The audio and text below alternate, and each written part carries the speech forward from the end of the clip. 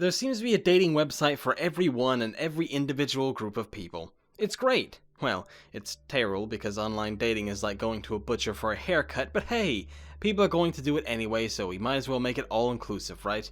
Give everyone their own safe space. Enter Geeks and Gamers dating site, a Kickstarter campaign hoping to raise over $5,000 to establish, you guessed it, a website dedicated to following the recent Geekser mainstream marketing trend.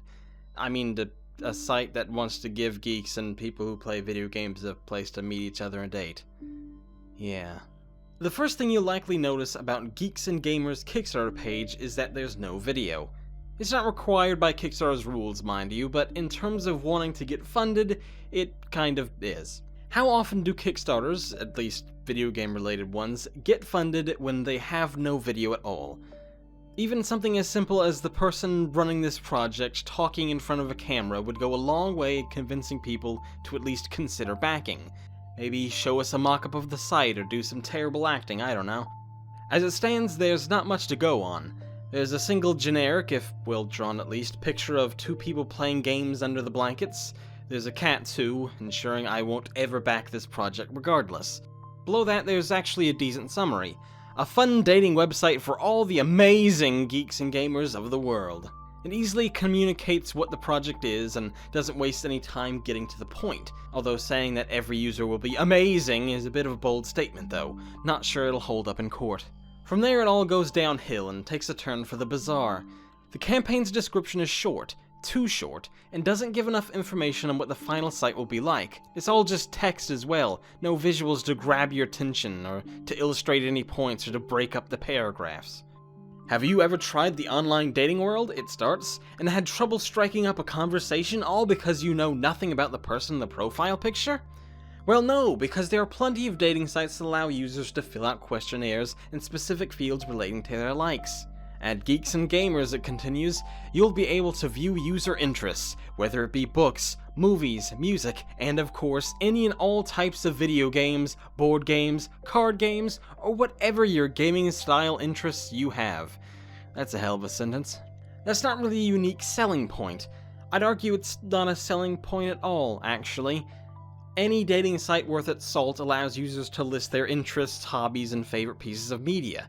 What's so special about the way that you do it? It's a pertinent question to ask, but one that doesn't get answered. Instead, we're giving some kind of weird testimonial by the creator about her time in college, and her friend meeting a guy who liked video games. Even weirder, the page states, as I started to think about this, I realized there were many people out there that don't get the chance to go to college, implying that college was the only place to meet people. I've been to college recently, and I can tell you the only people you meet there are racists and psychopaths. You know, except for, of course, all the people who aren't. So why not have something more accessible for the geek on the go, the description continues, or the introverted gamer? Those two aren't really comparable, nor are they, again, features that would be unique to your proposed site. The last bit of information, possibly the most important, is how pricing would work. Geeks and Gamers would be a completely free website, or such is the claim, unless you want to opt in to a premium service. This premium service would unlock new threads in the forums, because what good dating site doesn't have forum threads, and allow you to send digital gifts to other users, kinda like Ask FM. This information comes in the form of a single paragraph, with no mention of how much the premium features cost, no details on what these digital gifts are or what the forum threads will contain, and nothing about what unpaid users will have access to. Is it a subscription service type deal where you have to make monthly payments, or is it just a one-time fee? To keep up with the whole Geeks and Gamers mythos, it sounds like DLC and microtransactions, doesn't it? Pay some money to get access to totally useless digital flair, and then wish you didn't when you realize how paltry it all is. So as I've rambled on, this is the campaign talking, not me, I'm sure you've caught the drift of our idea. Not really, but do go on. The idea that will create friendships and relationships from the comfort of your living room, smartphone, or wherever you are always on the go to. That's not much in the way of info on the page, and you won't be finding much under the risks and challenges section either. Going up against so many dating site competitors, getting the word spread about a brand new site, having the page up and running by the deadline. Fighting the competition isn't something anyone's going to be interested in. What they care about is funding the Kickstarter and attracting enough users to make it a viable social networking site. How are they going to do that? Being a truly unique dating site that stands out over other online dating websites.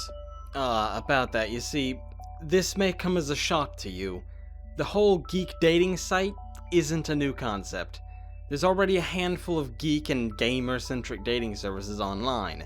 There's Geek2Geek, Otaku Booty, Geek Me More, Gaming Passions, and the drably titled Gamer Dating, all offering similar, i.e. exactly the same, features with both free and premium services.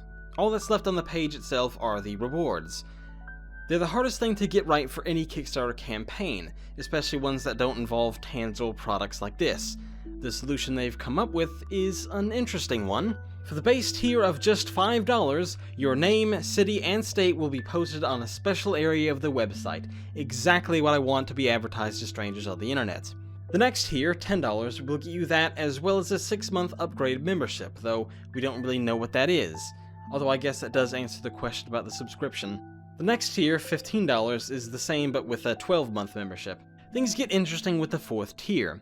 For $25, you'll get the name and address screen thing, a 12-month membership, and a t-shirt that reads, "I support geek and gamer love," and the URL of the site on the back. There's no mock-up of what the shirt will look like, and the shirt will only be sent to certain countries. I'm guessing it's literally just a white shirt with black text, or perhaps a black shirt with white text. Finally, for a whopping $75, you'll be able to advertise your own website on Geek and Gamers Dating for the entirety of the site's existence. That's right, $75 buys you unlimited advertising. Although not a premium membership or shirt, it seems. In the nearly 5 weeks since the campaign has been live, there have been 0 updates from the creator, a woman named Jamie Post. This is her 3rd attempt at running a Kickstarter, the previous 2 raising a combined total of $19. By comparison, Geeks and Gamers Dating has by far the most detailed page of the bunch.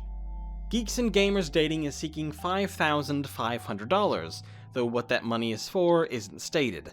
With 13 days to go at time of writing, the campaign has collected $605.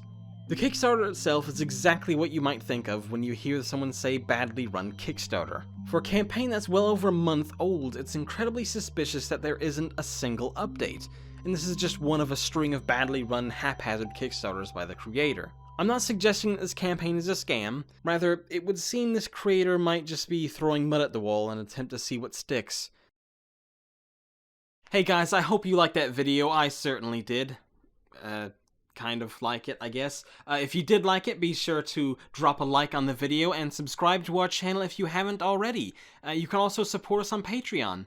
In fact, I suggest you do that even if you already have, because reasons, I guess. You can also find us on Facebook and Twitter. We're there on the social medias, and of course, obviously, check out clickus.com for all kinds of great written articles. Yeah. Oh, I should just bring it up. You can also find us on Pinterest too. We're on Foursquare and LinkedIn, MySpace, and Craigslist, of course. You know, we like to get ourselves out there. We're on SoundClouds and iTunes, you know, just some audio-visual stuff, you know. Yeah. We're on Google+, DeviantArt, got some great pics of my editor Greg on there. Flickr, at LiveJournal, we're on LiveJournal too. Don't worry about that, of course we are. Moco Space, you remember that old school, like, old 90s cell phone social media thing? We're on there. We're on Blogger, or whatever they're called, that orange one. I think it's Blogger, I don't know. We're on Chatterbait too? Oh, yes we are.